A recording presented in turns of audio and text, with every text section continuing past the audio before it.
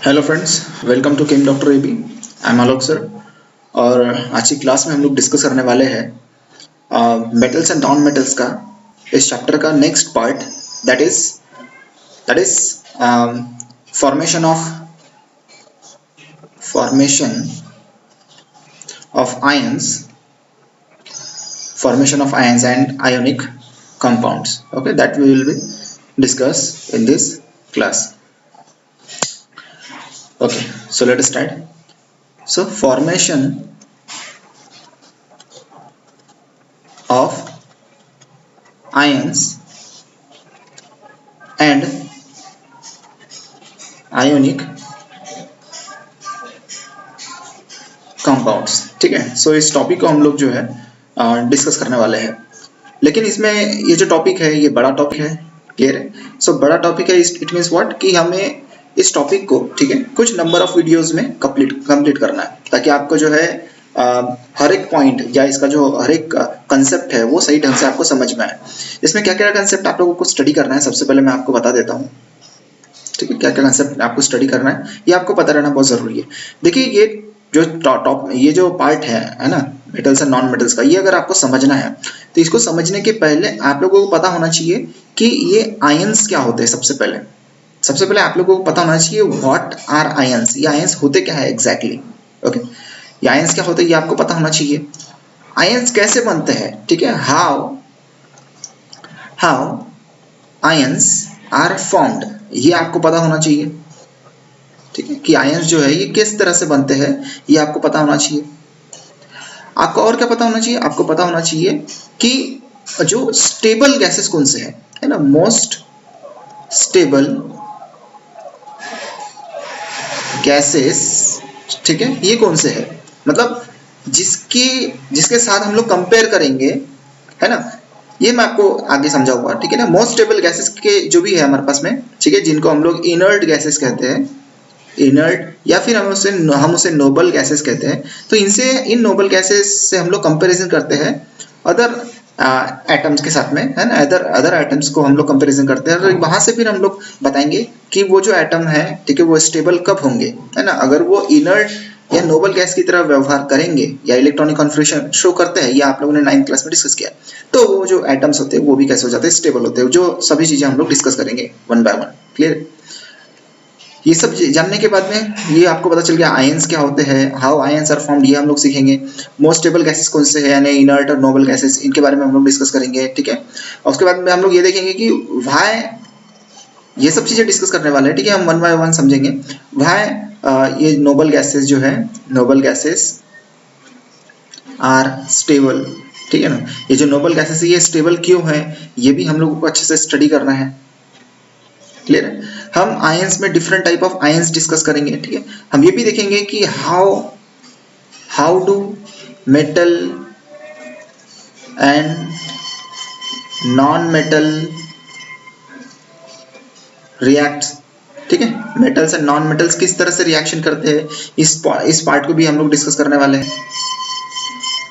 ठीक है, और क्या चीजें डिस्कस करेंगे हम लोग, ये हो गया। ठीक है, व्हाट इज बॉन्ड, ये भी हम लोग डिस्कस करेंगे। व्हाट इज बॉन्ड, ये बॉन्ड क्या होता है, हम लोग केमिकल बॉन्ड के बारे में डिस्कस करते हैं ना, या फिर हम सिंपली यहाँ पे लिख देते हैं chemical bond.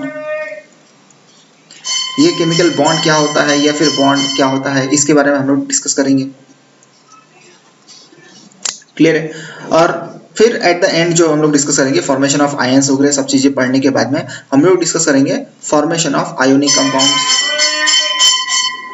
Formation of ionic compounds.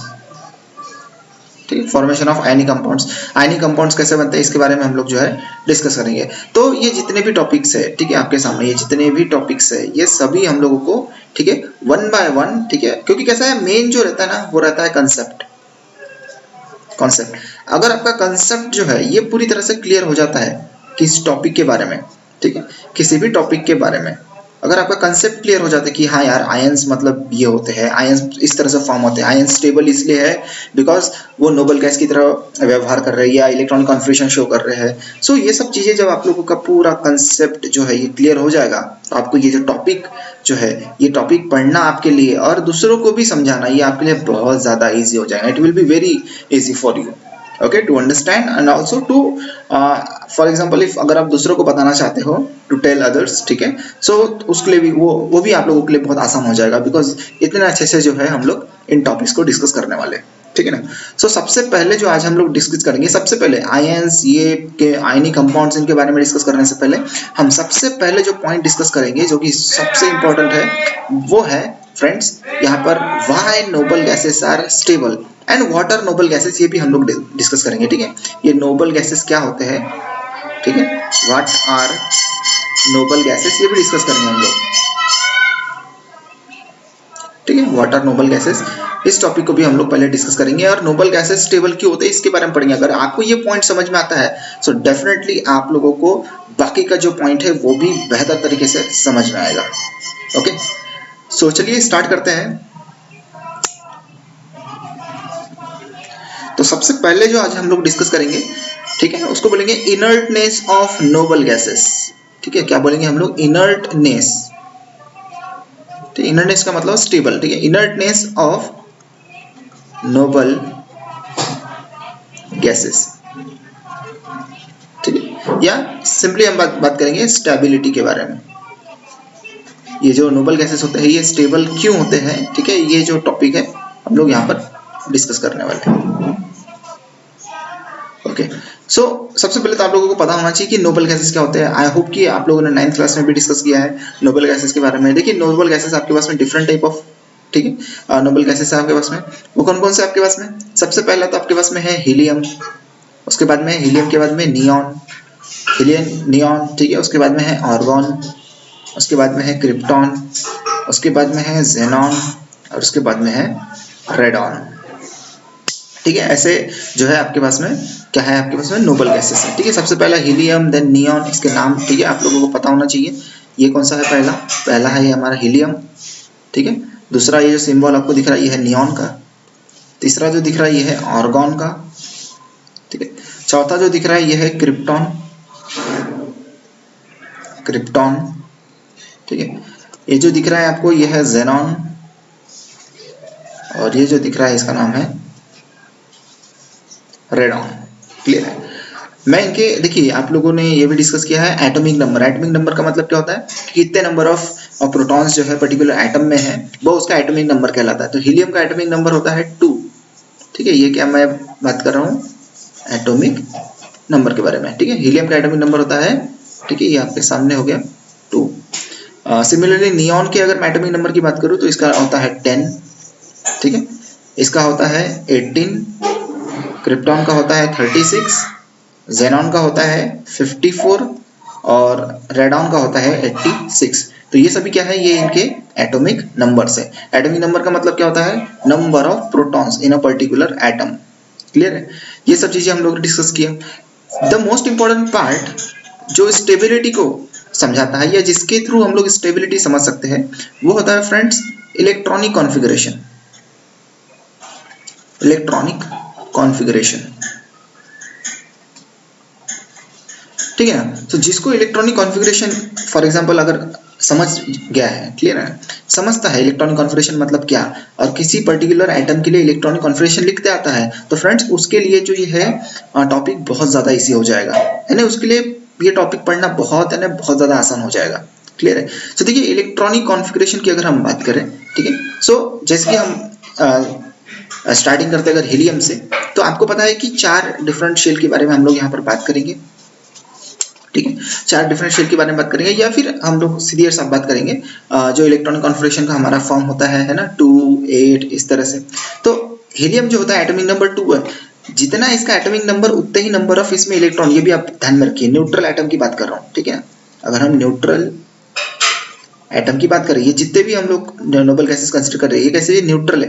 Neutral में क्या होता है कि same number of, neutral atom में सेम नंबर ऑफ इलेक्ट्रॉन्स होते हैं एंड प्रोटॉन्स होते हैं, ठीक है ना। यानी समझो यहाँ पर एटॉमिक नंबर 2 है हीलियम का, इसका मतलब इसके पास इलेक्ट्रॉन भी कितने होंगे, 2 इलेक्ट्रॉन होंगे, ठीक है ना। तो ये न्यूट्रल एटम में इस तरह से होता है, that is same number of electrons and same number of protons. Okay, so electronic configuration जब हम लोग लिखते हैं, ठीक है ना, इलेक्ट्रॉनिक कॉन्फ़िगरेशन लिखते हैं तो कुछ चीजें अपने को पता होना चाहिए। क्या कि सबसे पहले तो एटॉमिक नंबर जो कि आपके सामने यहाँ पर दिया हुआ है, ठीक है, एटॉमिक नंबर जो आपके सामने दिया हुआ है, और उसके बाद में जो आपको ये डिस्कस करना है, ठीक है, वो है कि एटॉमिक नंबर जितने थे वो उतने इलेक्ट्रॉन्स रहेंगे उसमें, और उतने इलेक्ट्रॉन्स है तो उस तरह से हम किस तरह से यानी फिल कर सकते हैं वो भी आप लोगों को पता होना चाहिए, ठीक है ना। सो आपके सामने एक इमेज मैं यहाँ पर रखना चाहूँगा, क्लियर है, तो आपको जो है ये कंसेप्ट और भी क्लियर हो जाएगा आपके लिए। सो चलिए इसको हम लोग यहाँ पे डिस्कस कर लेते हैं। तो देखिए ये एक इमेज है आपके सामने, इसके थ्रू आपको जो है बेटर तरीके से समझ में आएगा।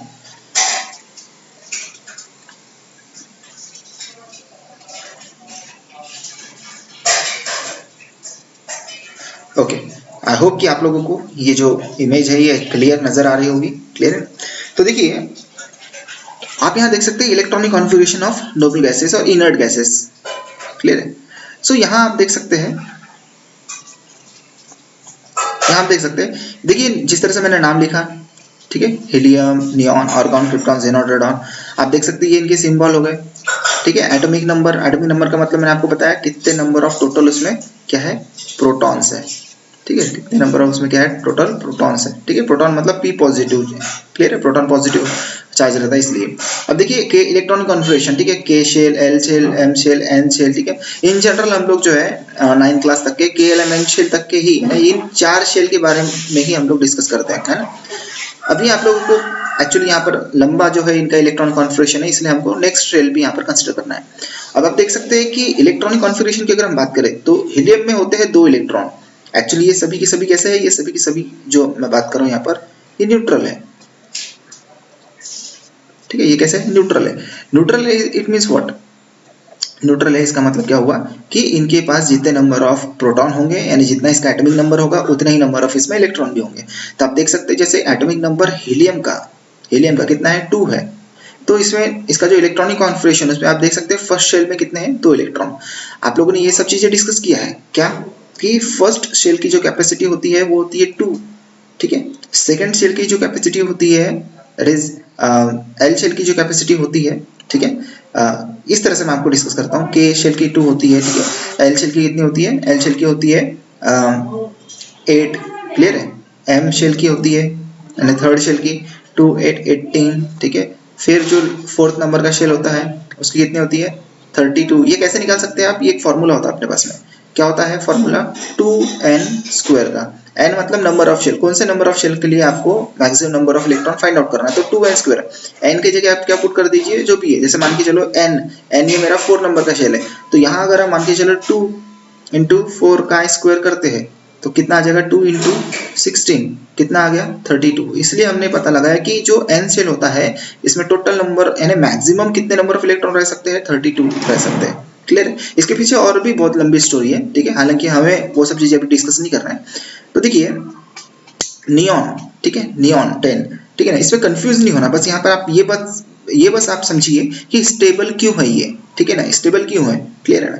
सो आप देख सकते हैं कि यहाँ पर आउटर शेल में 2 इलेक्ट्रॉन्स है, ठीक है। नियॉन के आउटर शेल में 8 इलेक्ट्रॉन्स है, आर्गॉन के आउटर शेल में 8 इलेक्ट्रॉन। आउटर शेल मतलब लास्ट वाला शेल, ठीक है, last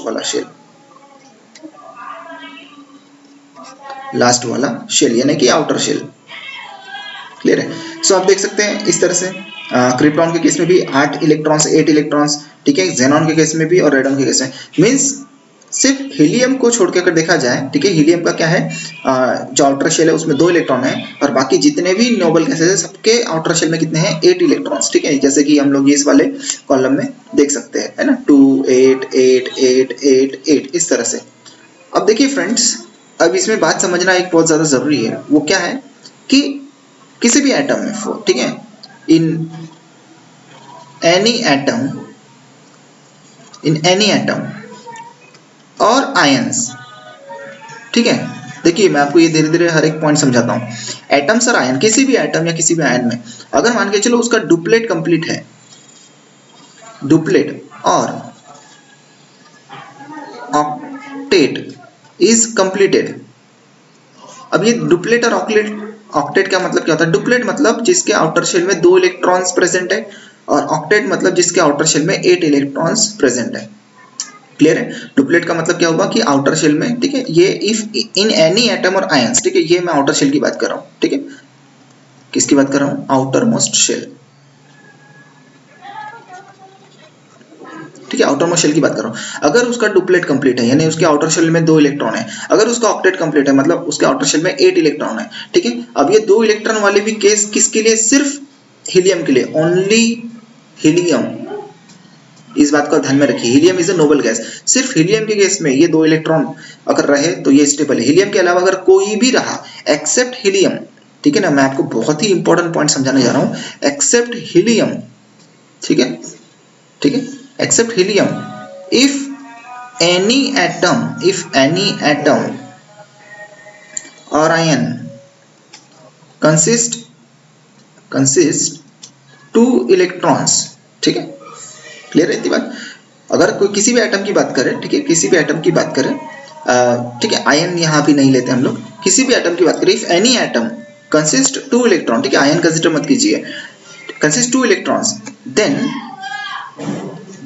it is not stable, तो वो स्टेबल नहीं होगा। इस बात को आप माइंड में क्लियर कर लीजिए कि हीलियम के अलावा अगर कोई भी एटम है और उसका आउटर मोस्ट शेल में 2 इलेक्ट्रॉन है, so it is not stable, वो स्टेबल नहीं है, ठीक है। सिर्फ हीलियम के केस में 2 इलेक्ट्रॉन है, डुप्लेट उसका कंप्लीट है। और ऑक्टेट किसी भी एटम, ठीक है, किसी भी एटम का अगर ऑक्टेट कंप्लीट है, क्लियर है, किसी भी एटम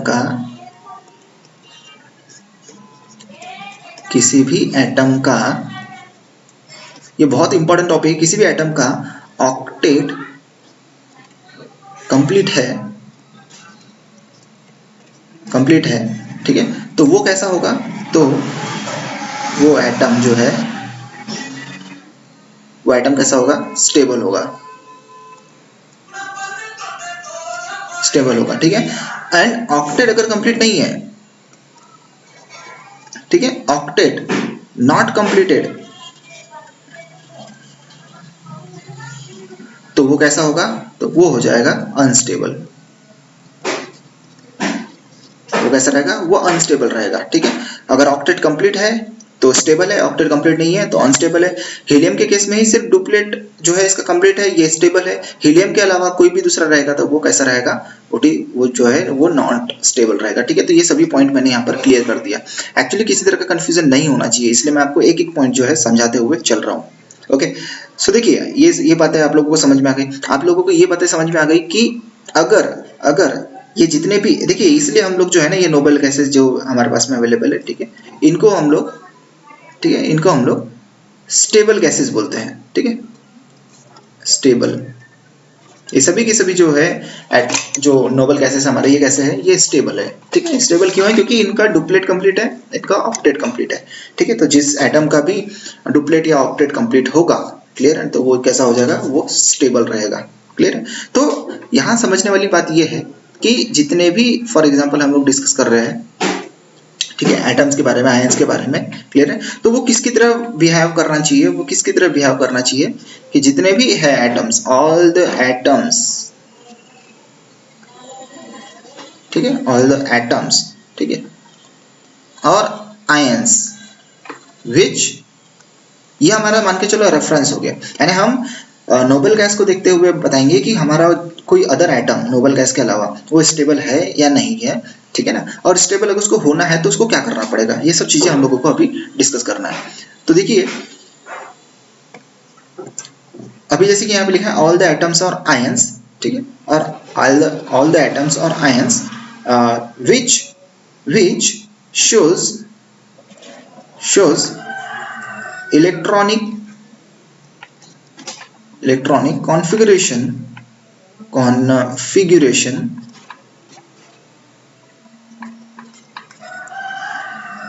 ठीक है, electronic configuration like noble gases, ठीक है, electronic configuration like noble gases,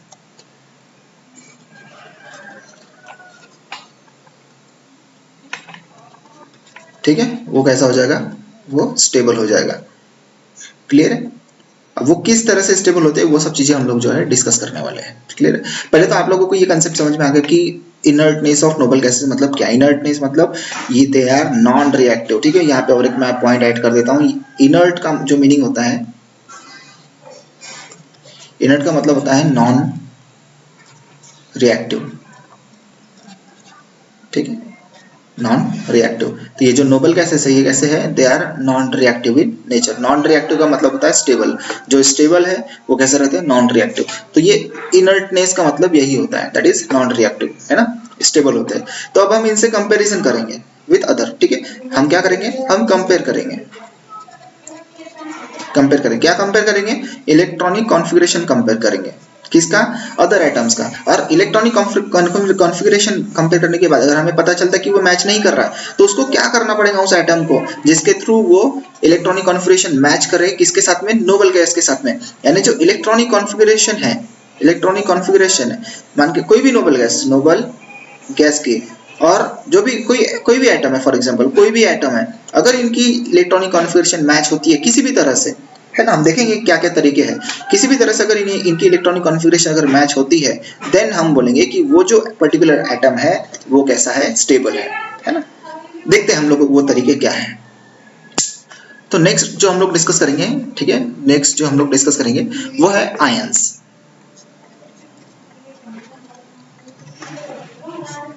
वो क्या है? आयंस। अब ये आयंस मतलब क्या है? पहले इसको हम लोग मतलब जो है इसका समझ लेते हैं, ठीक है ना।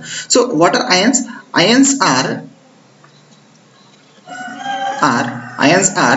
इलेक्ट्रिकली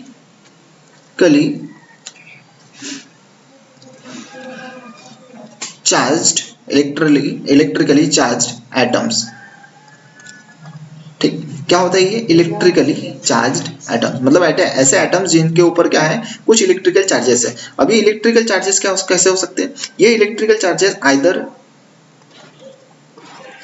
आइदर प्लस हो सकते हैं और माइनस हो सकते हैं, है ना। या तो वो प्लस चार्ज हो सकते हैं या तो माइनस चार्ज हो सकते हैं, बिकॉज दो ही तरह के चार्जेस होते हैं, है ना। So ions are what? Ions are electrically charged atoms, ठीक है। आयंस और ग्रुप ऑफ एटम्स ऐसे भी रहते हैं, ग्रुप ऑफ एटम्स। हालांकि अभी हम लोग जो है ग्रुप ऑफ एटम्स के बारे में यहाँ पे डिस्कस नहीं करेंगे, ठीक। मैं कुछ एग्जांपल देना चाहूंगा, जैसे कि फॉर एग्जांपल मैं जो एटम्स है, ठीक है, जो आयंस है, ठीक है, एटम एज आयन, ठीक है ना। सो उसके एग्जांपल में देना चाहूंगा, ठीक है। उन्हें हम लोग कहते हैं इस तरह से कि मोनो एटॉमिक आयंस, ठीक है, मोनो एटॉमिक आयंस, ठीक है, मोनो एटॉमिक आयंस। जैसे कि फॉर एग्जांपल Na+, ठीक है, मैग्नीशियम 2+, देखेंगे ये सब चीजें कैसे बनती है, एल्यूमिनियम 3+, ठीक है, Cl-, Br-, ऑक्सीजन 2-, इस तरह से। और जो ग्रुप ऑफ, ठीक है, जिसे हम लोग एक बहुत ही अच्छा वर्ड है उसके लिए, पॉली एटॉमिक आयंस, ठीक है, पॉली एटॉमिक आयंस है उसके लिए वर्ड, ठीक है ना, पॉली एटॉमिक आयंस, ठीक है, पॉली एटॉमिक आयंस। इसमें कैसे आ जाते हैं? जैसे कि मान के चलो सल्फेट आयन है ना, नाइट्रेट आयन है, सॉरी 1- रहता है नाइट्रेट आयन का, ठीक है ना, इस तरह से कार्बोनेट आयन है, क्लियर है, कुछ इस तरह से हाइड्रोक्साइड आयन है, these are called as a poly atomic ions. Okay, so आपको ये पता चल गया कि आयंस जो होते हैं वो क्या होते हैं? Ions are electrically charge atoms और ग्रुप ऑफ एटम्स, क्लियर है ना। अब ये जो आयंस होते हैं ना, दिस आयंस, ये दो टाइप के होते हैं। ये जो आयंस होते हैं, ठीक है, ये दो टाइप के होते हैं। एक होता है इनमें कैटायंस, ठीक है, एक जो टाइप होता है जिसको हम लोग कैटायंस कहते हैं, कैटायंस का मतलब मैं आपको बताता हूँ क्या होता है, और एक होता है अनायंस, ठीक है, एक होता है anions. Cations means what? Cations मतलब positively charged atoms, and what are anions? Anions are negatively charged atoms, ठीक है, नेगेटिवली चार्ज एटम। जैसे कि मैंने यहाँ पे एग्जांपल्स में आप लोगों को, ठीक है, हर तरह के एग्जांपल दिए, पॉजिटिव वाले आयंस, ठीक है, नेगेटिव वाले आयंस। सो कैटायंस का मतलब क्या होता है? जो पॉजिटिवली चार्ज्ड एटम्स है उसे कटायंस कहते हैं, और जो निगेटिवली चार्ज्ड एटम्स है उन्हें हम लोग अनायंस कहते हैं। क्लियर है? ओके, सो दूसरी बात, जैसे मैंने आप लोगों को आयंस में बताया, आयंस के बारे में बताया, ठीक है। तो ये आयंस में क्या होते हैं, अनइक्वल नंबर ऑफ अनइक्वल, ये भी बहुत इंपॉर्टेंट पॉइंट है। किसी ने आपको पूछा कि व्हाट इज द डिफरेंस, ठीक है, difference in between ions and atoms. So ions में क्या होता है, unequal number of protons and electrons, ठीक है ना। इस बात को आप लोग ध्यान में रखिए। जो आयन होते हैं उसमें अनइक्वल नंबर ऑफ, मतलब जो प्रोटॉन और इलेक्ट्रॉन की जो संख्या है, जो नंबर है, वो डिफरेंट रहते हैं, अनइक्वल नंबर। लेकिन किसी पर्टिकुलर एटम में जितना उसका नंबर ऑफ प्रोटॉन उतने ही नंबर ऑफ उसमें इलेक्ट्रॉन होते हैं, क्योंकि वो न्यूट्रल एटम होता है। क्लियर? आयन कैसा होता है, ये न्यूट्रल नहीं होता, ये कैसे होते हैं, इलेक्ट्रिकली चार्ज एटम्स होते हैं। इसलिए हमने यहाँ पे लिखा अनइक्वल नंबर ऑफ प्रोटॉन्स और इलेक्ट्रॉन्स इसमें प्रेजेंट रहते हैं। सो जैसे मैंने यहाँ पर बताया, पॉजिटिवली चार्ज एटम्स मतलब कैटायंस, और निगेटिवली चार्ज एटम्स मतलब अनायंस। क्लियर है? कटायंस में जैसे मैंने आपको बताया पॉजिटिवली चार्ज एटम, तो ये पॉजिटिव चार्ज कैसे आता है, ठीक है, ये भी हम लोग को समझ में आता है। सो पॉजिटिव चार्ज, ठीक है, पॉजिटिव चार्ज कैसे आता है? So it is due to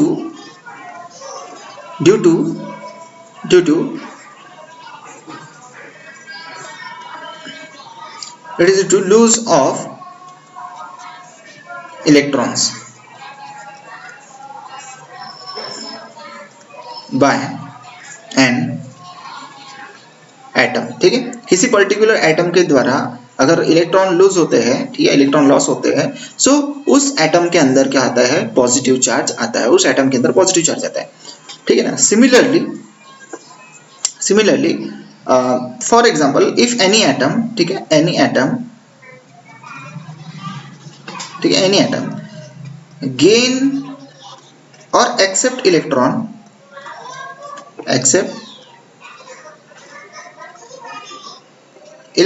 ठीक है, from other atom,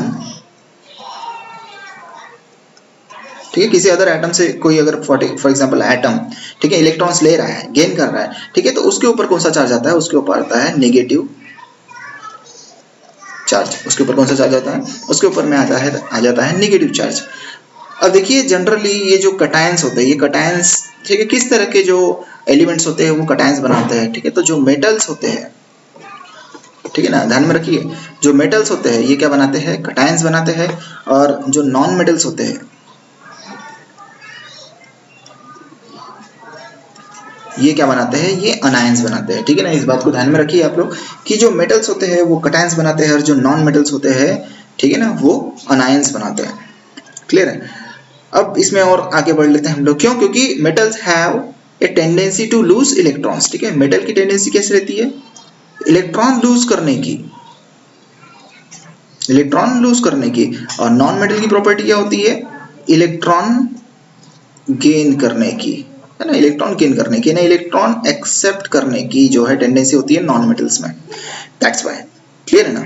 सो जैसे कि फॉर एग्जांपल मेरे पास में, ठीक है, हम तो आगे जो है डिस्कस करने ही वाले हैं, ठीक है। फॉर एग्जांपल जैसे सोडियम है, ठीक है, सोडियम की इलेक्ट्रॉनिक कॉन्फ़िगरेशन की अगर मैं बात करूँ, न्यूट्रल सोडियम एटम की, यानी जिसके ऊपर कोई चार्ज नहीं है, तो इसका कॉन्फ़िगरेशन है 281। क्यों? क्योंकि सोडियम का जो एटॉमिक नंबर होता है दोस्तों वो होता है 11। कितना होता है, 11। तो पहले शेल में 2 इलेक्ट्रॉन, दूसरे शेल में 8 इलेक्ट्रॉन, जो तीसरा शेल रहता है उसमें 1 इलेक्ट्रॉन। अब देखिए इसका जो आउटर मोस्ट शेल है, अभी जो हम लोग सिर्फ बेसिक पढ़ेंगे, और फिर डिटेल में पढ़ेंगे हम लोग कि किस तरह से जो आयंस है ये फॉर्म होते हैं। अभी देखिए जैसे कि आप एग्जांपल है, तो ये 1 इलेक्ट्रॉन है इसका आउटर मोस्ट शेल में, जबकि हमारी थ्योरी क्या कहती है, ठीक है ना, स्टेबिलिटी की, कि किसी भी आउटर मोस्ट शेल में क्या होना चाहिए, किसी भी आउटर मोस्ट शेल में उसके पास में 8 इलेक्ट्रॉन है, उसका डुप्लेट कंप्लीट होना चाहिए, या फिर उसका ऑक्टेट कंप्लीट होना चाहिए, है ना। आउटर मोस्ट शेल में या तो 2 इलेक्ट्रॉन होना चाहिए, या तो ऑक्टेट या 8 इलेक्ट्रॉन होना चाहिए। 2 इलेक्ट्रॉन किस केस में, सिर्फ हीलियम के केस में, और ऑक्टेट ये किसी भी एटम का अगर कंप्लीट है तो वो सबसे ज्यादा स्टेबल होगा, है ना। सो उसी तरह से जो है यहाँ पर हम लोग बात करेंगे, जैसे कि यहाँ पर सोडियम के केस में आप देख सकते हैं, पहले शेल में 2 इलेक्ट्रॉन, दूसरे शेल में 8 इलेक्ट्रॉन, तीसरे शेल में एक ही इलेक्ट्रॉन है। तो 1 इलेक्ट्रॉन है, मतलब ये कैसा है, ये अनस्टेबल है, ठीक ठीक है ना, कैसा ये अनस्टेबल है। अनस्टेबल इसका मतलब क्या करना पड़ेगा, इस सोडियम एटम को अगर स्टेबल होना है तो दोस्तों क्या करना पड़ेगा देख लीजिए। ये भी समझाने से भी पहले मैं आप लोगों को एक पॉइंट्स और समझाना चाहूंगा, ठीक है ना, जिससे आपका कंसेप्ट और भी बेहतर और भी स्ट्रांग बन जाएगा डेफिनेटली। ये आप लिख के रख लीजिए, क्लियर है। जैसे कि देखिए किसी भी एटम में इन एनी एटम ध्यान में रखिए इस बात को, इन एनी एटम, ठीक है ना। और ये जो मैं बात कर रहा हूँ ये मैं बात कर रहा हूँ मेटल्स की, ठीक है ना। मेटल्स इसलिए बता रहा हूँ मैं आपको एक यहाँ पर क्या हिंट दे रहा हूँ आप लोगों को, ठीक है ना। मेटल ध्यान में रखना, इन एनी एटम मेटल, ठीक है ना। अगर आउटर मोस्ट शेल में, मैं शॉर्ट में लिखता हूँ आउटर मोस्ट शेल में, आप लोग इसे अच्छे से ध्यान में रखना। आउटर मोस्ट शेल है ये O डॉट S डॉट, ठीक है। आउटर मोस्ट शेल में अगर एक इलेक्ट्रॉन है, दो इलेक्ट्रॉन है या तीन इलेक्ट्रॉन है, इस बात को ध्यान में रखिए। ये मेटल के केस में ही होता है, ये मैंने एक वीडियो में भी बताया है। 1 इलेक्ट्रॉन है, 2 इलेक्ट्रॉन या 3 इलेक्ट्रॉन है। सो फ्रेंड्स ऐसे केसेस में क्या होता है, ये जो मेटल्स होते हैं ये क्या करते हैं, इलेक्ट्रॉन लूज करते हैं। इलेक्ट्रॉन क्या करते हैं, लूज करते हैं। यानी जितने नंबर ऑफ इलेक्ट्रॉन है ना, जैसे अगर 1 इलेक्ट्रॉन है किसी मेटल के आउटर मोस्ट शेल में, या 2 इलेक्ट्रॉन है या 3 इलेक्ट्रॉन है, तो ये जितने भी number of outermost shell में इलेक्ट्रॉन है ये सभी लूज कर देते हैं। यानी मान के चलो 1 इलेक्ट्रॉन है तो 1 इलेक्ट्रॉन लूज कर देगा, 2 इलेक्ट्रॉन है तो 2 इलेक्ट्रॉन लूज कर देगा, 3 है तो 3 इलेक्ट्रॉन लूज करके देगा। तो हमेशा ध्यान में रखना किसी भी मेटल एटम में अगर 1, 2 या 3 इतने आउटर मोस्ट इलेक्ट्रॉन है तो वो लूज करते हैं, और लूज करने के बाद में वो आयन बनाते हैं, जो कैसे होते हैं, ठीक है। लूज इलेक्ट्रॉन करने के बाद में जो आयंस बनते हैं वो कैसे होते हैं, दे आर स्टेबल, ठीक है ना। वो स्टेबल कैसे होते हैं मैं अभी आप लोगों को समझाऊंगा, ठीक है। सबसे पहले ये बात समझना बहुत जरूरी है, because it is very important part. Then वो क्या हो जाएंगे, स्टेबल हो जाएंगे, ठीक है ना। सिमिलरली अगर मैं बात करता हूँ किसी एटम की, ठीक है, और वो किसके लिए मैं बात कर रहा हूँ, वो मैं नॉन मेटल्स के लिए बात कर रहा हूँ। अब ये जो पार्ट मैं आपको समझा रहा हूँ ये इट इज वेरी इंपॉर्टेंट। अगर किसी पर्टिकुलर एटम में, स्पेशली वो नॉन मेटल्स, ठीक है, अगर 5, 6, 7 इतने नंबर ऑफ अगर आउटर मोस्ट शेल में इलेक्ट्रॉन है, ध्यान में रखिए OS मतलब क्या होगा, आउटर मोस्ट शेल, है ना। अगर इतने नंबर ऑफ इलेक्ट्रॉन्स है तो वो क्या करते हैं, वो इलेक्ट्रॉन गेन करते हैं, गेन्स इलेक्ट्रॉन्स, ठीक है। इलेक्ट्रॉन्स गेन करते हैं और इलेक्ट्रॉन गेन करने के बाद में वो क्या बनाते हैं, वो आयंस बनाते हैं, ठीक है। और इनके भी जो आयंस रहेंगे, ठीक है, आयंस जो रहेंगे वो कैसे रहेंगे, स्टेबल हो जाएंगे। अब ये कैसे होते हैं, क्या होते हैं, यही सब चीजें जो है हम लोग आगे की क्लास में डिस्कस करेंगे। 5, 6 और 7 अगर आउटर मोस्ट शेल में इलेक्ट्रॉन है किसी पर्टिकुलर एटम, और स्पेशली वो कौन से एग्जांपल है हमारे नॉन मेटल्स के, तो वो क्या करेंगे, कितने नंबर ऑफ इलेक्ट्रॉन गेन करेंगे। जैसे 5 है, उसको स्टेबल होने के लिए कितने इलेक्ट्रॉन की जरूरत है, 3। तो जिसके आउटर मोस्ट शेल में 5 है वो 3 इलेक्ट्रॉन गेन करेगा, जिसके आउटर मोस्ट शेल में 6 है वो 2 इलेक्ट्रॉन गेन करेगा, तो ऑक्टेट कंप्लीट हो जाएगा। और जिसके आउटर मोस्ट शेल में 7 है तो उसको 1 इलेक्ट्रॉन की जरूरत है, ठीक है ना। सो इस तरह से जो है वो ऑक्टेट कंप्लीट करते हैं इलेक्ट्रॉन गेन करके, और वो कैसे हो जाते हैं, स्टेबल हो जाते हैं। अब इन सभी पॉइंट्स को हम लोग जो है 1 बाय 1 आगे की क्लास में डिस्कस करेंगे, ठीक है। जब तक इसमें और भी कुछ बेसिक मुझे समझाना है तो वो मैं आपको क्लियर करवा देता हूँ, क्लियर है। जैसे यहाँ पे सोडियम है, तो सोडियम के आउटर मोस्ट शेल में कितने, 1 इलेक्ट्रॉन है। मैंने आपको कंसेप्ट क्या समझाया कि अगर 1 इलेक्ट्रॉन, 2 इलेक्ट्रॉन या 3 इलेक्ट्रॉन है तो वो क्या करते हैं, लॉस करते इलेक्ट्रॉन का, यानी लूज करते electron, and they become stable. कैसे स्टेबल हो जाएंगे, देखिए ये जो सोडियम है ये क्या करेगा, 1 इलेक्ट्रॉन लूज कर देगा, यानी ये जो इलेक्ट्रॉन है ये वाला है ना, इसने क्या कर दिया, ये लूज कर दिया। लूज कर दिया मतलब कैसा होता है, जब 2 एटम के बीच में कोई बॉन्ड बनता है तो एक जो है अपना इलेक्ट्रॉन लूज कर देता है, यानी आयोनिक बॉन्ड के केस में मैं बात कर रहा हूँ, या आयोनिक कंपाउंड के केस में मैं बात कर रहा हूँ, ठीक है ना, क्योंकि हम लोग आयोनिक कंपाउंड के बारे में आगे डिस्कस करने वाले। तो एक एटम जो होता है वो इलेक्ट्रॉन लूज करता है, और वही दूसरा जो एटम है वही वाला इलेक्ट्रॉन गेन करता है, और उनके बीच में क्या बनता है, केमिकल बॉन्ड बनता है, क्लियर है। सो ये जैसे कि ये इलेक्ट्रॉन है, ये जैसे लूज कर दिया, तो अब जो है सोडियम की कॉन्फ़िगरेशन क्या हो गई, सोडियम की कॉन्फ़िगरेशन हो गई दोस्तों, दैट इज 2, 8 हो गई, 1 इलेक्ट्रॉन लॉस कर दिया। अब देखिए जब 1 इलेक्ट्रॉन लॉस किया तो सोडियम के पास में टोटल प्रोटॉन कितने थे, देखिए टोटल प्रोटॉन कितने थे, 11 थे। टोटल इलेक्ट्रॉन कितने थे इन न्यूट्रल एटम में, वो भी 11 थे, क्लियर है। 11 थे प्रोटॉन और 11 थे इलेक्ट्रॉन। तो इसके ऊपर किसी भी तरह का चार्ज रहेगा क्या, बिल्कुल नहीं रहेगा, क्योंकि same number of positive proton and same number of negative electron present है। लेकिन जैसे इसने 1 इलेक्ट्रॉन लॉस किया दोस्तों, तो अब ये जो इलेक्ट्रॉन लॉस किया इसका मतलब इसके ऊपर एक पॉजिटिव चार्ज आ गया, ठीक है, 1 यूनिट ऑफ पॉजिटिव चार्ज। क्यों आया, बिकॉज अब इसके पास में प्रोटॉन की अगर हम संख्या देखें, यानी नंबर देखें, तो वो कितने हैं, 10। सॉरी, प्रोटॉन की जो संख्या है वो चेंज नहीं होती इलेक्ट्रॉन जाने से, ठीक है, सॉरी इसमें करेक्शन कर लेते हैं। प्रोटॉन कितने हैं, प्रोटॉन उतने ही है, कितने 11, लेकिन इलेक्ट्रॉन तो एक लूज कर दिया ना, एक इलेक्ट्रॉन लूज कर दिया मतलब 10 इलेक्ट्रॉन बचे। आप देख सकते हैं अगर 11 प्रोटॉन यानी पॉजिटिव चार्ज और 10 नेगेटिव चार्ज है तो इनका अगर हम ठीक है कैलकुलेशन करें तो टोटल कितना बचेगा, एक प्रोटॉन बचेगा। एक प्रोटॉन बचा मतलब देखिए 10 प्रोटॉन का जो पॉजिटिव चार्ज है उसने 10 इलेक्ट्रॉन के नेगेटिव चार्ज को क्या कर दिया, कैंसिल कर दिया, तो एक प्रोटॉन का पॉजिटिव चार्ज बच गया यहाँ पर। और इसी वजह से ये जो सोडियम एटम है ठीक है, एक इलेक्ट्रॉन लॉस करने की वजह से इसके ऊपर कौन सा चार्ज आया, पॉजिटिव चार्ज आया। और कितना पॉजिटिव चार्ज आया, 1 पॉजिटिव चार्ज आया। क्लियर है, 1 यूनिट ऑफ पॉजिटिव चार्ज। ठीक है, तो ये है एक बेसिक और एक सिंपल तरीका समझने का, हालांकि हम लोग जो है डिस्कस करेंगे डिटेल में आगे की क्लास में। सिमिलरली हम लोग एक एग्जांपल देख लेते हैं अनायंस के बारे में। जैसे कि मान के चलो ये है आपके पास में फ्लोरीन। ठीक है, फ्लोरीन का जो इलेक्ट्रॉनिक कॉन्फ़िगरेशन होता है फ्रेंड्स वो होता है 2 7, क्योंकि इसका एटॉमिक नंबर होता है 9। कितना होता है एटॉमिक नंबर, 9। इसका मतलब इसमें प्रोटॉन कितने हैं, प्रोटॉन इसमें 9 है। सिमिलरली इलेक्ट्रॉन भी कितने होंगे, इलेक्ट्रॉन भी 9। क्यों, क्योंकि अभी ये इसके ऊपर कोई चार्ज नहीं है, ये कैसा है, न्यूट्रल एटम है। कैसा है, ये न्यूट्रल एटम है। अब मैं बात करता हूं कि ये जो फ्लोरीन है it is a non metal. ठीक है, ये क्या है, नॉन मेटल। सोडियम क्या था, मेटल।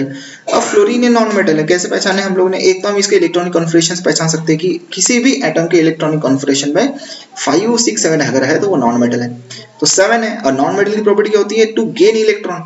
मुझे बताइए ये आउटर मोस्ट शेल में 7 इलेक्ट्रॉन है, इसको अगर स्टेबल होना है तो कितने इलेक्ट्रॉन गेन करना पड़ेगा, डेफिनेटली 1 इलेक्ट्रॉन गेन करना पड़ेगा। सो ये क्या करेगा, इट गेन्स 1 इलेक्ट्रॉन। ठीक है ना, ये क्या करेगा, एक इलेक्ट्रॉन गेन करेगा। अब जब ये एक इलेक्ट्रॉन गेन करेगा मतलब इसके आउटर मोस्ट शेल में अब कितने इलेक्ट्रॉन हो जाएंगे, टोटल इसके आउटर मोस्ट शेल में इलेक्ट्रॉन हो जाएंगे 2 8। हो गया इसका ऑक्टेट कंप्लीट। ऑक्टेट कंप्लीट हो गया मतलब ये कैसा हो गया, स्टेबल हो गया। क्लियर है, स्टेबल हो गया। लेकिन इसने एक इलेक्ट्रॉन गेन किया है, एक इलेक्ट्रॉन गेन किया। पहले कैसा था, न्यूट्रल था, क्योंकि same number of positive ion same number of negative ion, यानी प्रोटॉन है ना इलेक्ट्रॉन। अभी क्या हुआ इस केस में, अगर कैलकुलेशन हम लोग करें तो अभी इसमें जो प्रोटॉन की संख्या है वो 9 ही है, प्रोटॉन में कोई चेंज नहीं हुआ। लेकिन इलेक्ट्रॉन की जो संख्या है वो कितनी है, वो 10 हो गई। पहले 9 थी, ठीक है, पहले 9 थी, अब कितने हो गए, 10 हो गए। इसका मतलब इसके ऊपर कौन सा चार्ज आएगा, इसमें 1 यूनिट ऑफ नेगेटिव चार्ज आएगा, क्योंकि एक इलेक्ट्रॉन इसके ऊपर इसके पास ज्यादा है, इसलिए F क्या होगा, F नेगेटिव होगा। F कैसा होगा, नेगेटिव। ठीक है ना। सो इसको हम लोग कहते हैं, ये जो सोडियम अपने पास बन गया, ठीक है, इसको हम लोग नाम देते हैं, ठीक है, इसको अब हम लोग सोडियम एटम नहीं बोलेंगे, इसको अब हम लोग बोलेंगे सोडियम आयन बोलेंगे। क्या बोलेंगे, सोडियम आयन, जो कि कैसा है, जो कि स्टेबल हो गया है। क्यों स्टेबल हो गया भाई, क्योंकि ये क्या कर रहा है, नोबल गैस की तरह इलेक्ट्रॉनिक कॉन्फ़िगरेशन शो कर रहा है। That is the main point. Okay, and similarly जो फ्लोरीन है ये, ठीक है, फ्लोरीन जो है ये जो कि अनस्टेबल था, लेकिन एक इलेक्ट्रॉन गेन करने के बाद वो कैसा हो गया, F नेगेटिव। तो फ्रेंड्स ये जो F नेगेटिव है इसको हम लोग बोलते हैं, इसको हम लोग कहते हैं फ्लोराइड आयन। ठीक है, फ्लोराइड आयन। और ये फ्लोराइड आयन कैसा है, ये है स्टेबल। क्यों, क्योंकि ये किसकी तरह इलेक्ट्रॉनिक कॉन्फ़िगरेशन शो कर रहा है ना, एक नोबल गैस की तरह। और कौन सा नोबल गैस है, देखिए दोनों का जो कॉन्फ़िगरेशन है वो कितना है, 2 8 है। इस बात को आप समझिए, दोनों का जो इलेक्ट्रॉनिक कॉन्फ़िगरेशन है ये कितना है, 2 8 है। ठीक है, आप देख सकते हैं ये 2 8। सिमिलरली इसने भी इलेक्ट्रॉन गेन किया तो कितना हो गया, 2 8। मतलब किस कौन से नोबल गैस की तरह इलेक्ट्रॉनिक कॉन्फ़िगरेशन शो कर रहे हैं। ठीक है, ये आप देख सकते हैं। यहाँ मैं आपको और भी बेहतर वैसे समझाना चाहूंगा। Na+ है, इसका इलेक्ट्रॉनिक कॉन्फ़िगरेशन 2 8। ठीक है, सिमिलरली F नेगेटिव है, इसका इलेक्ट्रॉनिक कॉन्फ़िगरेशन 2 8। क्लियर है। तो ये जो दोनों के दोनों जो एटम्स है, जो आयंस बने इलेक्ट्रॉन लूज करके और गेन करके, तो ये अब किसकी तरह इलेक्ट्रॉनिक कॉन्फ़िगरेशन जो है शो कर रहे हैं, तो वो है दोस्तों नियॉन की इलेक्ट्रॉनिक कॉन्फ़िगरेशन। नियॉन की इलेक्ट्रॉनिक कॉन्फ़िगरेशन क्या है, 2 8 है ना। इसका जो एटॉमिक नंबर है वो है 10। सोडियम का कितना था, 11, और फ्लोरीन का 9। तो आप देख सकते हैं कि अब जो है ये आयंस जो है हमारे पास सोडियम आयन है, फ्लोराइड आयन है, ये कैसे है, स्टेबल है। क्यों, क्योंकि वो नियॉन की तरह जो है इलेक्ट्रॉनिक कॉन्फ़िगरेशन शो कर रहे हैं। So that's why now this ions are stable. ठीक है ना, क्योंकि ये इनकी जो इलेक्ट्रॉन कॉन्फ़िगरेशन है वो किससे मैच हो रही है, वो नोबल गैस से मैच हो रही है। तो दोस्तों इसी तरह के जो हम लोग डिस्कस करने वाले हैं, आयंस क्यों बनते हैं, क्यों जरूरत पड़ती है उनको आयंस बनने की, क्यों वो स्टेबल क्यों होता है, ये सभी चीजें जो है आपको अब बेहतर तरीके से समझ में आएंगी, क्योंकि जो है एक जो बेसिक होता है ना, बेसिक जो होता है ना, बेसिक कंसेप्ट वो आपके लिए बहुत ज्यादा इंपॉर्टेंट होता है, ठीक है ना। बेसिक कंसेप्ट बहुत इंपॉर्टेंट होता है, जो कि मैंने आज के वीडियो में आप लोगों को बताया कि क्यों स्टेबल होते हैं हमारे दैट इज नोबल गैसेस, उन्हें इनर्ट क्यों कहा जाता है, बिकॉज इनर्ट का मतलब होता है नॉन रिएक्टिव, ठीक है ना। क्यों दूसरे आइटम जो है वो भी इलेक्ट्रॉन लूज या गेन करते हैं to become stable, to show the electronic configuration like noble gases. तो ये सब पॉइंट जो है आज हमने डिस्कस किया। नेक्स्ट जो क्लास है उसमें हम लोग डिस्कस करेंगे formation of ions, formation of ions. हम इसमें हर एक आयंस के बारे में डिटेल में स्टडी करेंगे, ठीक है। फॉर्मेशन ऑफ आयंस में हम लोग हर एक आयंस की जो फॉर्मेशन है उसके बारे में हम लोग डिटेल में स्टडी करेंगे, और उसके बाद हम लोग देखेंगे कि जैसे कि जो भी हम लोग आयंस के बारे में डिस्कस करेंगे, जैसे पॉजिटिव आयन के फॉर्मेशन के बारे में बात करेंगे, नेगेटिव आयन के फॉर्मेशन की बारे में बात करेंगे, और बाद में देखेंगे कि जब ये पॉजिटिव और नेगेटिव आयन बनते हैं और ये जब दोनों कंबाइन होते हैं ये दोनों टाइप के आयंस, तब जाके एक फॉर्मेशन होता है कंपाउंड का, जिसे हम लोग कहते हैं आयोनिक कंपाउंड्स, जिसे हम लोग क्या कहते हैं, आयोनिक कंपाउंड्स कहते हैं। आयनिक कंपाउंड्स कैसे बनते हैं, वो आयन के कॉम्बिनेशन से बनते हैं, क्लियर है, आयन के कॉम्बिनेशन से। फॉर एग्जांपल जैसे कि हमारा सोडियम क्लोराइड है, तो वो कैसे बना है, Na+ ion and Cl- ion के कॉम्बिनेशन से बना हुआ है हमारा NaCl, जो क्या है, आयनिक कंपाउंड है ना। तो ये सब चीजें जो हम लोग डिस्कस करेंगे नेक्स्ट क्लास में। तब तक के लिए आप लोग अच्छे से स्टडी कीजिए, अपने नोट्स अच्छे से निकालिए, और आगे का वीडियो देखने से पहले आप इस वीडियो को अच्छे से स्टडी कीजिए, ताकि आपको बेहतर तरीके से समझ में आएगा कि किस तरह से आयनिक कंपाउंड फॉर्म होते हैं, और उनके जो भी खास बात है उनमें जो भी और भी कुछ एडिशनल इन्फॉर्मेशन है वो मैं आप लोगों को दूंगा, क्लियर है। सो अपना समय देने के लिए आप लोगों का बहुत बहुत धन्यवाद, थैंक यू सो मच। मिलेंगे नेक्स्ट वीडियो में एक नए टॉपिक के साथ।